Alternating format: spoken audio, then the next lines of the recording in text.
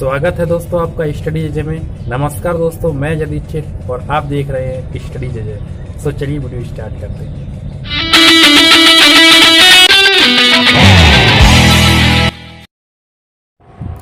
चलिए शुरुआत करते हैं।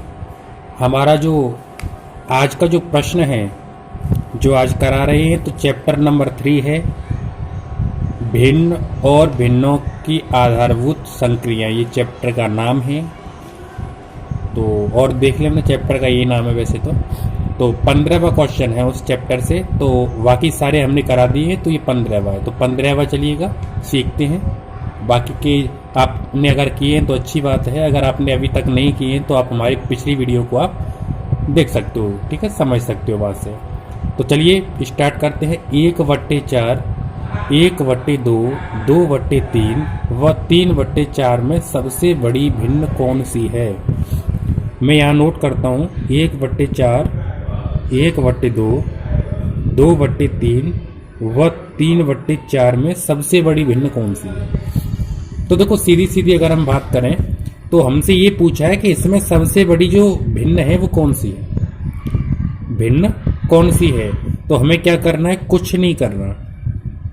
आपको 4 से 1 में भाग देना है, आपको 2 से 1 में भाग देना है, आपको 3 से 2 में भाग देना है और आपको 4 से 3 में भाग देना है। कैसे देखना है? चलो 4 से भाग देंगे 1 में। अब 4 का भाग 1 में जाएगा नहीं तो पॉइंट लगाएंगे और 0 बढ़ाएंगे। तो 4 का 10 में जाएगा, कितनी बार गया? 2 बार। 4 दूनी 8, 10 में से 8 गया, बचा 2। अब 4 का 2 में जाएगा नहीं तो अब एक 0 लगा दो। अब बार बार पॉइंट नहीं लगाएंगे। तो 4 पंजे 20। तो ये हमारा क्या निकल के आ गया? पॉइंट 25। तो 1/4 की जगह मैं लिख दूं पॉइंट 25 या फिर 0.25 या 0 लगा दो आगे तो कोई बात नहीं, अच्छी बात है। तो मैं एक बार इनको सॉल्व करके और लिख देता हूं जल्दी, जिससे वीडियो अधिक बड़ी ना हो। अब इसको लिखेंगे, सॉल्व करेंगे तो 0.50 आ जाएगा। और इसको अगर हम सॉल्व करेंगे 2/3 को, तो 2/3 को सॉल्व करने पर हमारे पास 0.66 आ जाएगा।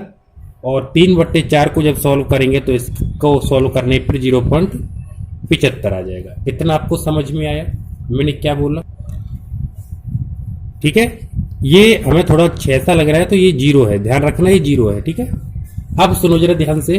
तो हमारे पास 0.25, देखो 0.50, 0.66 और 0.75 ये लिख दिया हमने। ये इनका मान आ गया, ये समझ लो। तो अब आप एक बात बताओ, point point point point point के बाद में कौन सा अंक सबसे बड़ा है? पॉइंट के बाद में जो अंक सबसे बड़ा है वही तुम्हारी बड़ी संख्या है। मैं क्या बोल रहा हूं? वही तुम्हारी बड़ी संख्या है। कैसे है? पॉइंट के बाद में 2 है, पॉइंट के बाद में 5 है, पॉइंट के बाद में 6 है, पॉइंट के बाद में 7 है। तो पॉइंट के बाद में 2 है, ये बड़ी है क्या? नहीं है। पॉइंट के बाद में 5 है, ये बड़ी है क्या? नहीं है। क्यों? क्योंकि इनसे बड़ी आएंगे अभी। पॉइंट के बाद 6 नहीं, पॉइंट के बाद 7 पता नहीं, लेकिन यहां पता चल गया अब हमें। पॉइंट के बाद 2 बड़ी है, नहीं है क्योंकि 2 से बड़ा 5 है। 5 बड़ी है, नहीं जी 5 से बड़ा 6 है। 6 बड़ी है, नहीं 6 से बड़ा 7 है। तो सबसे बड़ी कौन सी है? 7 है। तो ये हमारा आंसर आ गया 0.75। ये किसका मान था? 3/4 का। तो हमारी 3/4 जो संख्या है वो सबसे भिन्न जो है वो सबसे बड़ी है। आया समझ में? यानी कि सबसे पहले हम इनसे भाग देंगे, पॉइंट के बाद में जो अंक सबसे बड़ा होगा वही भिन्न हमारी सबसे बड़ी है। ठीक, अगला सवाल करते हैं। अगला सवाल क्या कहता है? अगला सवाल कहता है कि 2 संख्याओं का गुणनफल 23/50 है। मैं थोड़ा एक सेकंड, हाँ जी, 2 संख्याओं का गुणनफल 23/50 है यदि एक संख्या 40/50 है। देखो 2 संख्या है, मान के चलो एक ये संख्या है और एक ये संख्या है। इनका गुणनफल मतलब गुणा।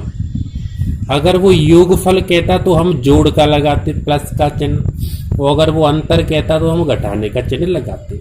ठीक है, लेकिन वो कह रहा है कि दो संख्याओं का गुणनफल, तो दो संख्याएं ये, अब ये नहीं कह रहा है कि ये संख्या और वो संख्या, हमें नहीं पता कौन सी संख्या, लेकिन वो कह रहा है कि दो संख्याओं का गुणनफल, तो दो संख्या है और इनका गुणनफल मतलब गुणा कितना है, 23/50 है। तो 23/50 है, तो यानी कि हम यहाँ लिख देते हैं 23/50। इतना आया समझ में।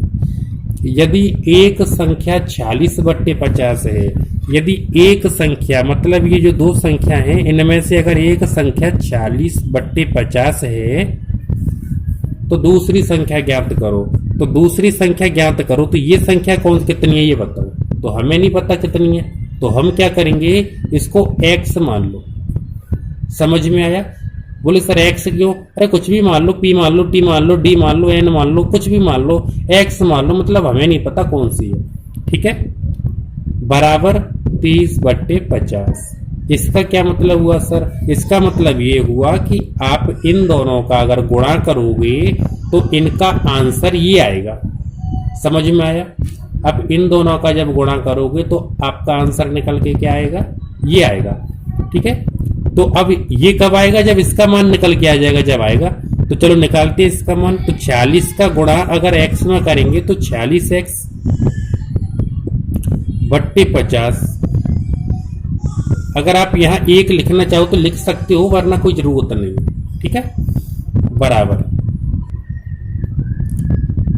40 का गुणा हमने x में किया 46x, 50 का गुणा 1 में किया 50x, 50 सॉरी x नहीं आएगा, 46x ऊपर आएगा, नीचे 50 1 है तो 50 से कम 50। ठीक है, इनका गुणा करने पर 23/50।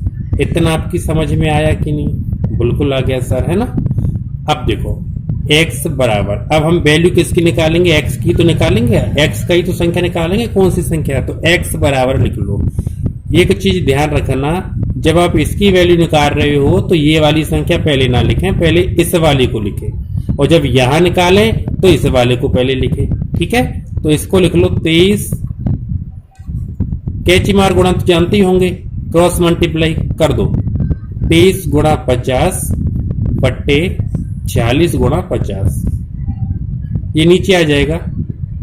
अब क्या करेंगे, 23 से 46 को हटाएंगे, 23 से कम 23, 23 दूनी 46, 2 बार गया, और 2 से ये 50 को हटाया 25 बार, 2 दूनी 4 और 1 यहां बचा, 2 पंजे 10, 25, और 25 से ये गया 50 2 बार, 25 दूनी 50। तो देखो ऊपर कुछ बचा, कुछ नहीं, 1 बचा है भाई, एक ही बार तो गया 25 एकम 25, और नीचे क्या बचा, 2 है। तो हमारा आंसर क्या निकल के आ गया, 1/2 आंसर है। समझ में आया आपके, अरे बोलो। हमारा अगला क्वेश्चन है, अब अगले क्वेश्चन की तरफ चलते हैं, बात करते हैं अगले क्वेश्चन की। 3/5 किलोग्राम सोने का मूल्य 240 रुपये है। मैं क्या बोल रहा हूं, 3/5 किलोग्राम सोने का मूल्य 240 रुपये है, मतलब 3/5 किलोग्राम सोना है और इस सोने का जो मूल्य है वो 240 रुपये है। आपकी समझ में आया मैंने क्या बोला, मतलब हमारे पास या तुम्हारे पास 3/5 किलोग्राम सोना है और उस सोने का मूल्य 240 रुपये। ठीक है, तो अब आप एक बात बताओ, जब 3/5 किलोग्राम सोने का मूल्य 240 रुपये है तो 1 किलोग्राम का कितना होगा भाई। तो हम क्या करेंगे, 1 किलोग्राम का निकालेंगे तो 240 गुणा 5 कर देंगे। क्या कर देंगे, 240 का गुणा 5 में कर देंगे, 240 गुणा 5, ये कर दिया।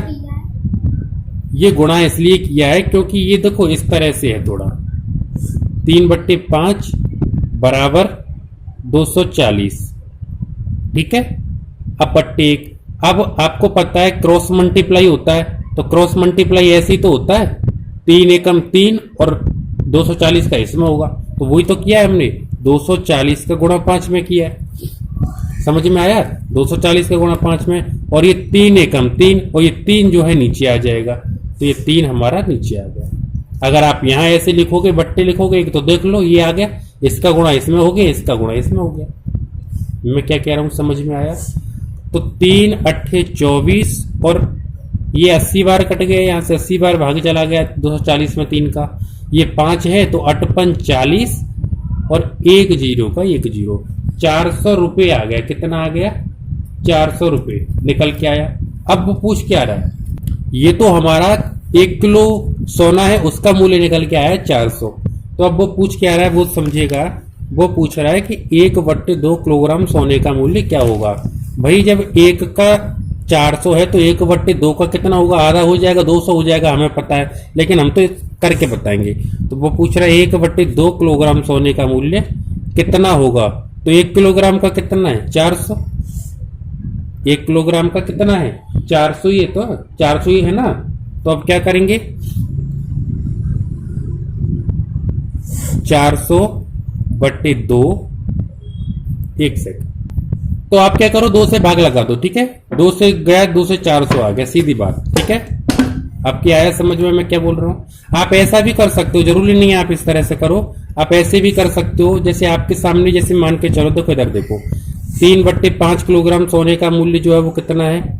3/5 किलोग्राम सोने का मूल्य है 240 रुपये, ठीक है। तो 1 किलोग्राम का कितना होगा? 240 गुणा 5/3, ठीक है। अब 1/2 का निकालना है, तो 1/2 का निकालेंगे तो 240 गुणा 5/3 गुणा, अब ये 2 आ जाएगा, या नीचे 2, ठीक है।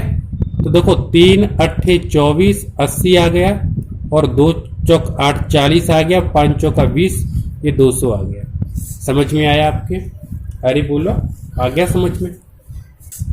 अगले क्वेश्चन की बात करते हैं। अगला क्वेश्चन है